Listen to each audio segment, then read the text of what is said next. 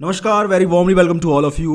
आपका फिर से स्वागत है अचीव वर्ल्ड पे। रिसेंटली आपने देखा होगा कि ईरान के अंदर बहुत बड़े टेंशन चल रहे हैं, वहाँ पे रिवोल्यूशन चल रहा है, रिवोल्यूशन मूवमेंट की तरफ चल रहा है। और वहीं पे इंडियन एम्बेसी ने एक एडवाइजरी जारी कर दी है सिटीजन के लिए इसराइल के अंदर, बिकॉज इसराइल और ईरान के अंदर ऑलरेडी कॉन्फ्लिक्ट होता रहता है। आपने पिछली बार देखा होगा कि ईरान ने बहुत सारी बैलिस्टिक मिसाइल्स बरसाई थी इसराइल के ऊपर, जिसकी वजह से बहुत ज़्यादा लॉस हुआ था। इसी चक्कर में इंडिया ने और यूएस यूके ने अपने सिटीजन के लिए अलर्ट जारी कर दिया है।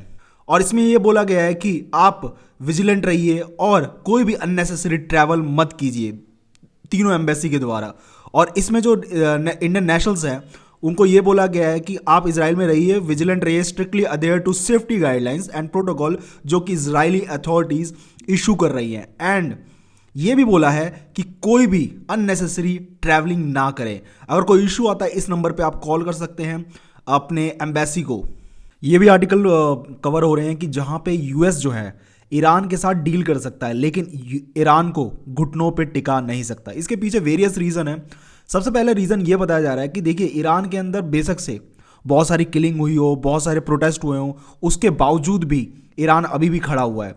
आप देखेंगे कि पिछले साल 13 दिन की जो वॉर हुई थी इसराइल और ईरान के बीच में, जहाँ पे यूएसए ने भी बॉम्बिंग की थी 12 दिन के वॉर में, जो जून लास्ट ईयर में हुआ था। वहाँ पे इवन दो वहाँ पे टॉप जनरल्स को ही मारा गया, न्यूक्लियर साइंटिस्ट को ही मारा गया, even though Iranian supreme leader अयतुल्ला Ali Khamenei को भी धमकी दी गई कि तुम्हें मार देंगे, लेकिन वो अपने घुटनों पे नहीं गिरे। पहला रीज़न ये है कि जो देखिए, अगर लॉजिस्टिकल रीज़न है, लॉजिस्टिकल रीज़न ये ऐसे है कि वहाँ पे अगर ये अटैक भी करते हैं तो खमेनी कहीं छुप जाएंगे, और जो रिवोल्यूशनरी गार्ड है इनके, जो एक्चुअल में जो इस्लामिक गवर्नमेंट को जो सेव करके रखती है, बचा के रखती है, वो बचा के रखेगी। ये वो वहाँ की तरह नहीं होगा, वेनेजुएला की तरह कि बहुत आसानी से गए और आराम से पकड़ लिया वेनेजुएला के लीडर को। और दूसरा रीज़न ये भी है कि जो मिडल ईस्ट कंट्रीज़ हैं वो इस चीज़ को सपोर्ट नहीं कर रही हैं।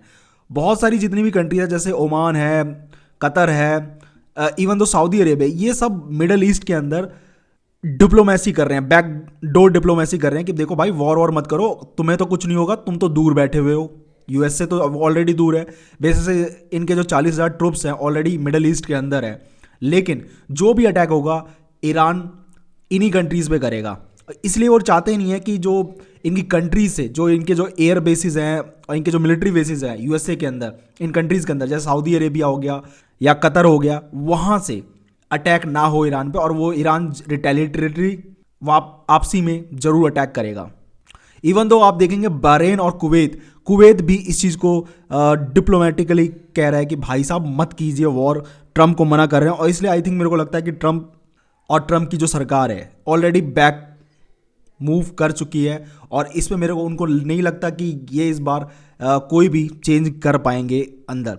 और तीसरा रीज़न ये है कि देखिए, अगर खमेनी को मार भी देते हैं तो कौन, मतलब कि कौन उसको वहाँ पे जो तख्ता जो है संभालेगा। देखिए, जो रेज़ा पहलवी है ऑलरेडी क्राउन प्रिंस है, वो एग्जाइल पे है, लेकिन उसको इनफ सपोर्ट भी नहीं है ईरान के अंदर। ईरान में उसको ज़्यादा सपोर्ट भी लोग नहीं करते, तो वहाँ पे सरकार मतलब कि रखना बहुत मुश्किल है। और ये सिचुएशन हो जाएगी जैसे सीरिया के अंदर सिचुएशन हुई थी ना, कि वहाँ कोई सरकार नहीं है, एकदम क्योस मचा हुआ है। अफगानिस्तान के अंदर भी वही हाल ईरान का भी हो जाएगा, और मिडल ईस्ट जो है वो बहुत ज़्यादा चैलेंजेस में चला जाएगा, क्योंकि वहाँ पे जो सरकार नहीं होगी तो वहाँ पे जो भी है ट्रेड करना बहुत ज़्यादा मुश्किल हो जाएगा। तीसरी चीज़ ये भी कहा जा रहा है कि जो ईरान है स्ट्रेट ऑफ हार्मोज को ब्लॉक कर सकता है, वहाँ पे माइंस बिछा सकता है, जो मरीन माइंस जो होती हैं, जो सबमरीन माइंस जो होती हैं, जहाँ पे अगर कोई भी जहाज जाता है वो आराम से ब्लास्ट हो जाएगा और उसको निकालना बहुत मुश्किल हो जाएगा कई दिन। और आप जानते हैं कि 20% लगभग 20% ऑयल जो है वहाँ से गुजरता है।